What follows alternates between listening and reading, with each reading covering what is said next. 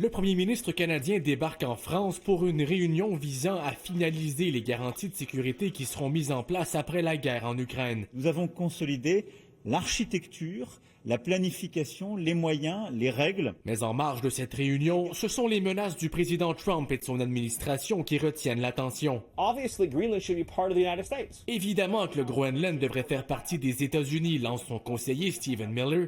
Une question de sécurité pour la défense de l'Arctique, dit-il. Pour y arriver, Donald Trump étudie plusieurs options, y compris le recours aux forces militaires, selon la Maison-Blanche. Ainsi, à Paris, plusieurs dirigeants ont manifesté leur appui envers leur allié de l'OTAN. Le Canada va toujours soutenir la souveraineté et l'intégrité territoriale du Danemark, y compris le Groenland, écrit le premier ministre Carney après avoir rencontré son homologue danoise. Or, que peut faire réellement la communauté internationale? Dans tous les cas de figure, rien ne pourra contrer les Américains si Donald Trump décide de passer à l'acte. Pour cet expert, c'est la loi du plus fort qui prime avec Donald Trump, peu importe les principes de droit international. Techniquement, les États-Unis, membres de l'OTAN qui attaquent un autre pays de l'OTAN, normalement, l'article 5 devrait être activé, mais il est bien évident que personne n'entrera en guerre contre les États-Unis. Et alors que les États-Unis ont les yeux sur le pétrole du Venezuela, les conservateurs craignent de le voir remplacer une partie de la production canadienne. Ça va coûter aux Canadiens des centaines de millions de dollars par semaine. Pour Pierre Poilievre, il faut de nouveaux clients rapidement.